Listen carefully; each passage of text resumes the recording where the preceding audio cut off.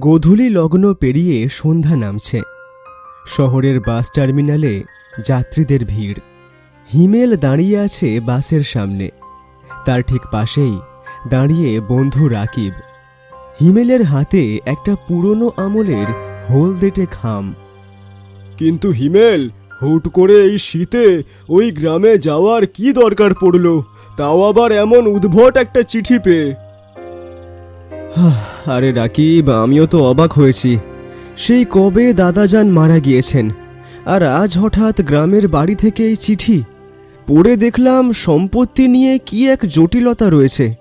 আমাকেই সশরীরে গিয়ে দেখতে হবে। কি আর করার বল। তাই বলে এখনই দিনে রওনা দিলে ভালো হতো না? আবহাওয়াটা দেখেছিস? এখনই কুয়াশায় চারপাশ ঢেকে যাচ্ছে। হাইওয়েতে যা অ্যাক্সিডেন্ট হয় এইসব রাতে। আরে ধুর, এত ভয় পাস না তো। কত মানুষ যাওয়া আসা করছে। আরে আরামসে পৌঁছে যাব। আর রাতের বাসের ড্রাইভার এমনি পাকা হয়, চিন্তা করিস না। তাছাড়া গ্রামের শীতের রাত দেখার শখও ছিল অনেক দিন। ঠিক আছে ভাই, দেখ যা ভালো বুঝিস। চলি রে, সম্ভবত পরশু ফিরব। বাসে উঠে পড়ল হিমেল। ধোঁয়া ছেড়ে কুয়াশাময় পথের দিকে রওনা হলো গাড়ি। পৌষ মাসের হাড় কাঁপানো শীতের রাত। গ্রামের পথঘাট ঢেকে গিয়েছে ঘন কুয়াশায়। যেন আকাশ থেকে সাদা চাদর নামিয়ে দেওয়া হয়েছে পৃথিবীর বুকে। দৃষ্টিসীমা এতটাই কম যে নিজের হাতটাও ভালো করে দেখা যায় না। চারিদিক নিস্তব্ধ। শহরের কোলাহল ছেড়ে জরুরি কাজে এই গ্রামে এসেছে হিমেল। কিন্তু বাস থেকে নামার পর থেকেই পথ হারিয়ে ফেলেছে সে। কনকনে উত্তুরে হাওয়া শরীরের মাংস ভেদ করে একদম হাড়ে গিয়ে বিঁধছে। এই অচেনা নির্জন পথে সে একা। সঙ্গী বলতে কেবল তার নিজের পায়ের শব্দ। কাঁচা রাস্তা ধরে হাঁটছে হিমেল। দুই পাশে ঘন জঙ্গল আর বাঁশঝাড়। সে হেঁটেই চলেছে তো হেঁটেই চলেছে। ভুল রাস্তায় এলাম নাকি? কতক্ষণ ধরে হাঁটছি, মানুষজন না থাকুক তাই বলে কি আশেপাশে একটা বাড়ি ঘরও নেই? এই কুয়াশায় রাস্তা চেনা দায়। গ্রামের রাস্তাগুলো সব একই রকম মনে হচ্ছে হিমেলের চোখে। তার উপর শীতে কাঁপতে কাঁপতে পথ চলাটাও বেশ কষ্টকর হয়ে উঠেছে ওর জন্য। কি ঠান্ডা রে বাবা, হাত পা সব জমে বরফ হয়ে যাচ্ছে। একটু আগুনের আঁচ পেলে শরীরটা গরম হতো, আর এক কাপ চা হলে তো কথাই নেই।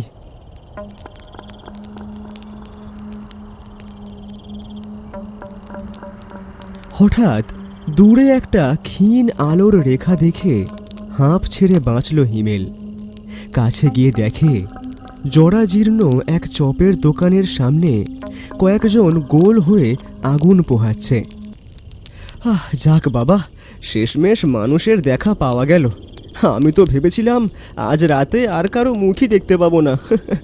ও ভাই, আপনারা কি গ্রামের লোক? একটু সাহায্য করবেন, আমি না পথ হারিয়ে ফেলেছি। আগুনের কাছে বসে রয়েছেন একজন বৃদ্ধ আর দুইজন মাঝ বয়সী লোক। দেখে আন্দাজ করা যায় বৃদ্ধ মানুষটি এই আসরের মধ্যমণি। ওদিকে দোকানের ভিতরে রয়েছে একজন দোকানি। সবার গায়ের জামা কাপড় কেন যেন বেশ পুরনো। এখানে কি একটু বসতে পারি? বড্ড শীত বাইরে, এখানে আগুনের তাপে ভালোই লাগছে। হ্যাঁ বাবা, আগুনের পাশে বসো। গ্রামে গঞ্জে শীতের রাতে আগুনই তো একমাত্র বন্ধু। শহরের লোক মনে হচ্ছে। এত রাতে এই পণ্ড গ্রামে কি মনে করে? হ্যাঁ, শহর থেকেই এলাম, কিন্তু বাস থেকে নেমে রাস্তা গুলিয়ে ফেলেছি। এমনিতেও এই অঞ্চলটা আমার অচেনা। নিতান্তই জরুরি কাজে আসতে হলো এখানে। চা খাবেন? আমার এখানে চাও পাওয়া যায়। গরম গরম চপ আর চা খেলে শরীরটা চাঙ্গা হবে। হ্যাঁ অবশ্যই, এক কাপ চা পেলে খুব ভালো হয় ভাই। সাথে দুটো গরম চপও দিন তাহলে। দোকানি মতিন মিয়া একটা মাটির ভাঁড়ে করে চা আর সাথে চপ বাড়িয়ে দিল হিমেলের দিকে। কিন্তু চায়ে চুমুক দিতেই অবাক হলো হিমেল। চা একদম ঠান্ডা আর কেমন বালি বালি স্বাদ, যেন বহুদিনের বাসি। চপগুলোও যেন রীতিমতো শুকনো মাটি দিয়ে বানানো। এ কি, চা তো একদম ঠান্ডা আর চপের স্বাদও কেমন যেন মাটি আর বালি বালি লাগছে। এদিকে উপস্থিত সবাই এক দৃষ্টে তাকিয়ে রয়েছে হিমেলের দিকে, যেন ভুল কিছু বলে ফেলেছে সে। আপনারা সবাই এইভাবে তাকিয়ে আছেন কেন? আমি কি কিছু ভুল করলাম? গ্রামে নতুন কেউ এলে আমরা এইভাবেই দেখি। বহুদিন পর কেউ এলো তো। মাটির ভাঁড়ের চা, মাটির স্বাদ তো থাকবেই।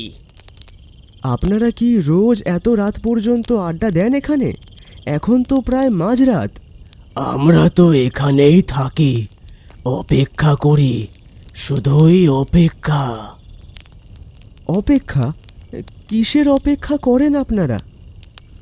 হিমেলের কথায় কেউ কোনো উত্তর দিল না। ওদিকে শীত যেন ক্রমাগত বেড়ে চলেছে। শীতটা বড্ড বেশি পড়েছে, তাই না চাচা? এখন একে তো অন্ধকার, তার মধ্যে আজ কি কুয়াশা। রাত আর কুয়াশা তো কেবল চোখের পর্দা, আসল অন্ধকার তো অন্য কোথাও। দুজনের কথার মাথা মুন্ডু কিছুই বুঝতে পারল না হিমেল। আগুনের শিখা তীর তীর করে কাঁপছে, চারপাশ নিস্তব্ধ, শুধু খড়কুটো পোড়ার পটপট আওয়াজ আর মাঝে মধ্যে গাছের পাতা পড়ার শব্দ ছাড়া আর কিছুই শোনা যাচ্ছে না। হঠাৎ নিস্তব্ধতা ভেঙে আবারও কথা বলতে শুরু করলেন রহিম চাচা। কিরে, তোরা গল্প শুনবি নাকি? হ্যাঁ হ্যাঁ, এটাই তো বলতে যাচ্ছিলাম। এখন একটা গল্প হলে মন্দ হয় না। কি গল্প চাচা? ভূতের গল্প নাকি? আহা, ওসব নাম মুখে আনতে নেই এই সময়। ভূত না কিসের গল্প সেটা তোরাই বিচার করে নিস। শোন তাহলে। এক শীতের রাতে আগুন পোহাতে বসেছিল 4 জন মানুষ। তাদের আড্ডার মাঝে হঠাৎ এসে পড়ে এক অনাকাঙ্ক্ষিত অতিথি। শহর থেকে এসেছে সে। একসাথে বসে গল্প শুরু করতেই হঠাৎ একটা শিয়াল ডেকে উঠল। রহিম চাচা কথাটা বলতে না বলতেই কাছে পিঠে কোথা থেকে যেন সত্যি সত্যি ভেসে এলো শেয়ালের ডাক। আরে ঠিক এখনই শেয়াল ডেকে উঠল, কি অদ্ভুত মিল! রহিম চাচার গল্পের আসরে বসলে সবারই এই রকম মনে হয়। হাড় কাঁপানো ঠান্ডায় বসে রয়েছে সেই মানুষগুলো। ঠিক সেই সময়ে তাদেরকে ঘিরে ধরল ঘন কুয়াশা। শীতল বাতাসে বাঁশ ঝাড়গুলো ক্যাঁচ ক্যাঁচ শব্দ করতে লাগলো। আর এই কথাগুলো বলা মাত্রই সত্যি সত্যি হিমেলের চারপাশ ঘিরে ধরল ঘন কুয়াশার চাদর। সেই সাথে বাঁশঝাড় থেকেও ভেসে এলো আওয়াজ। এই রে, এবার তো কুয়াশাও এলো, বাঁশঝাড় থেকে শব্দও আসছে। ও চাচা, আপনি যা বলছেন তাই বাস্তবে ঘটছে কিভাবে? এতে অবাক হওয়ার কিছু নেই। প্রকৃতি তার নিজের গল্প নিজেই বলে, আমরা তো শুধু মাধ্যম। আমার কিন্তু আর ভালো লাগছে না। তখন থেকে কি সব রহস্যময় কথাবার্তা বলে যাচ্ছেন আপনারা? এসব কি সত্যি কাকতালীয়, নাকি আপনারা আমাকে ভয় দেখাচ্ছেন? আহা, ভয়ের কিছু নেই তো, গল্প কেবল শুরু। ভয় পেও না, রাত বিরেতে গল্প হচ্ছে, একটু আধটু অমন হবেই। না, আমি বরং এবার উঠি। রাত অনেক হয়েছে, আমাকে শুধু একটু পথটা দেখিয়ে দিন, কোন দিকে এগোবো।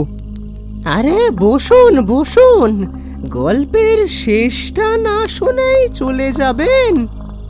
হিমেলের বুকের ভেতরটা কেমন যেন করে উঠল। সন্দেহ দানা বাঁধতে শুরু করেছে মনে।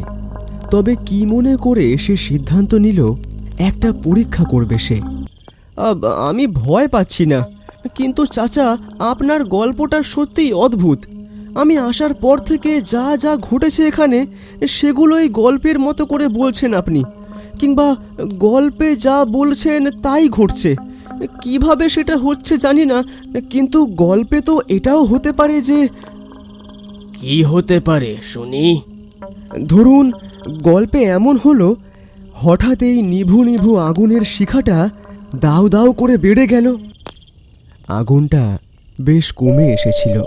এবার হিমেল কথাটা বলা মাত্রই দাউ দাউ করে জ্বলে উঠল ওদের সামনে থাকা আগুনের কুণ্ডলি।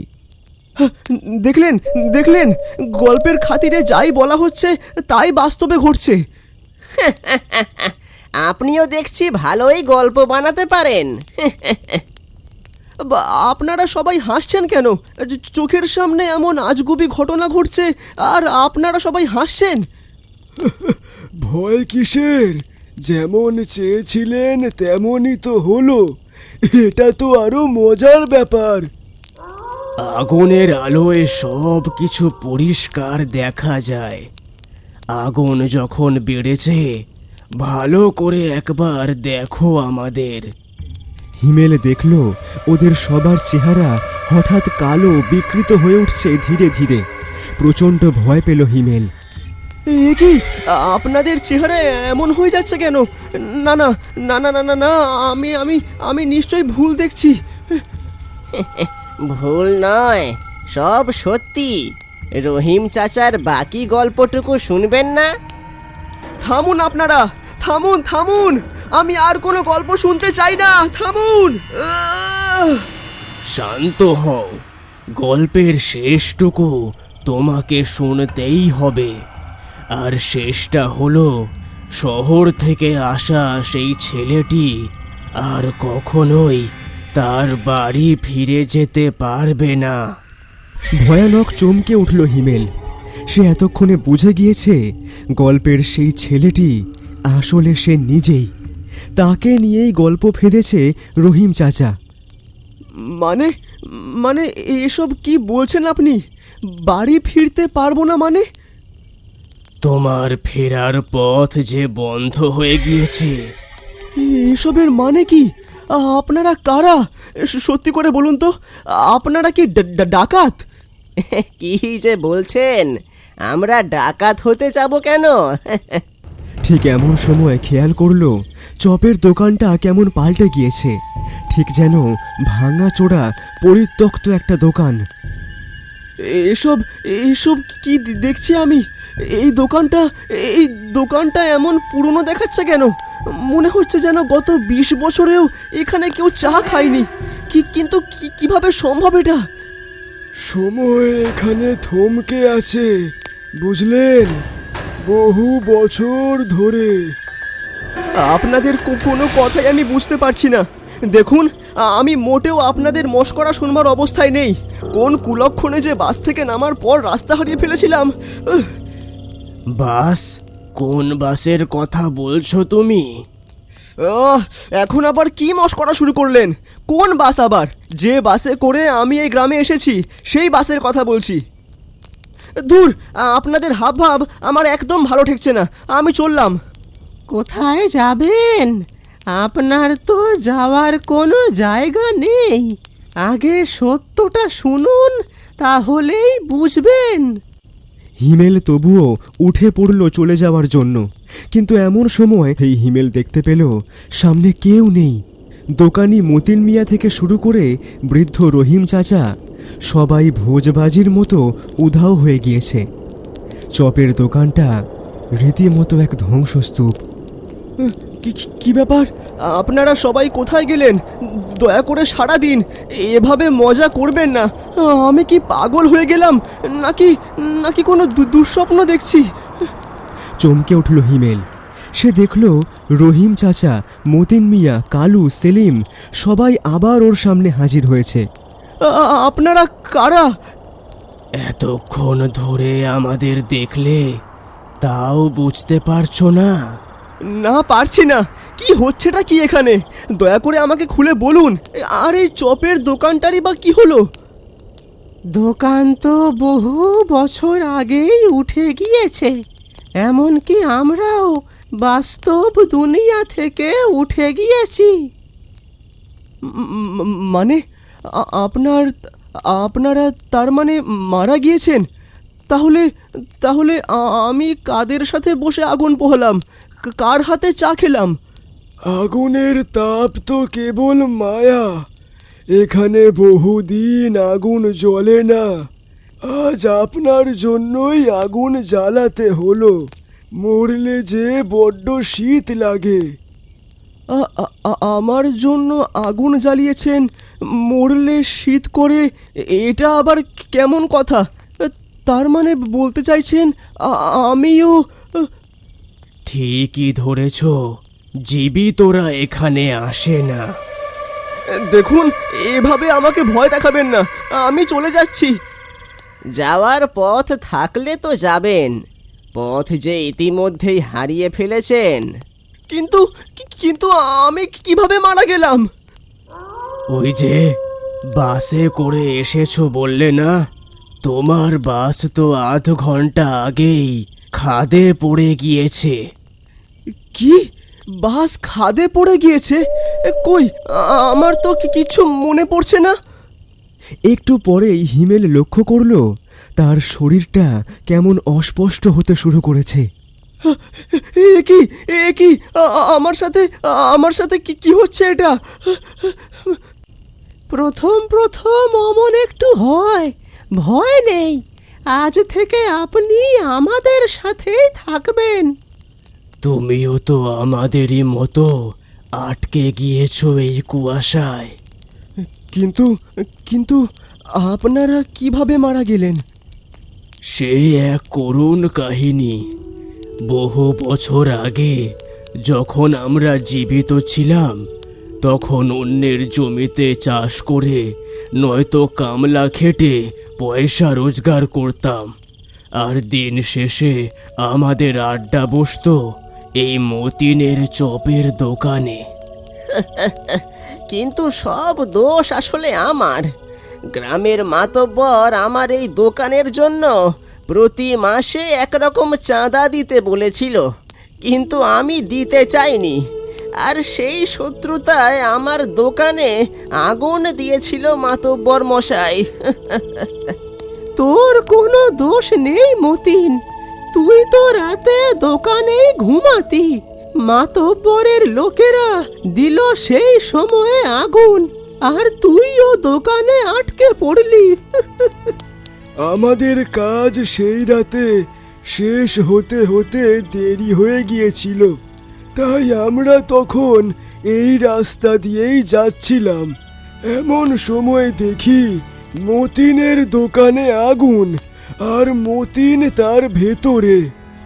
তখন আমরা তিনজন সেই আগুন থেকে মতিনকে বাঁচাতে গিয়ে নিজেরাও জ্বলে পুড়ে ছাই হয়ে গিয়েছিলাম। বড্ড করুণ পরিণতি হয়েছিল আপনাদের। মৃত্যুর পর আর করুণ ভেবে কি হবে? এখন আমরা সবাই এক। হিমেল আর কিছু বলল না, ভাগ্যকে মেনে নিল সহজে। ধীরে ধীরে কুয়াশার সাথে মিশে যেতে শুরু করলো সবার অবয়ব। পরিত্যক্ত চপের দোকানটার সামনে নেমে এলো গভীর নিস্তব্ধতা।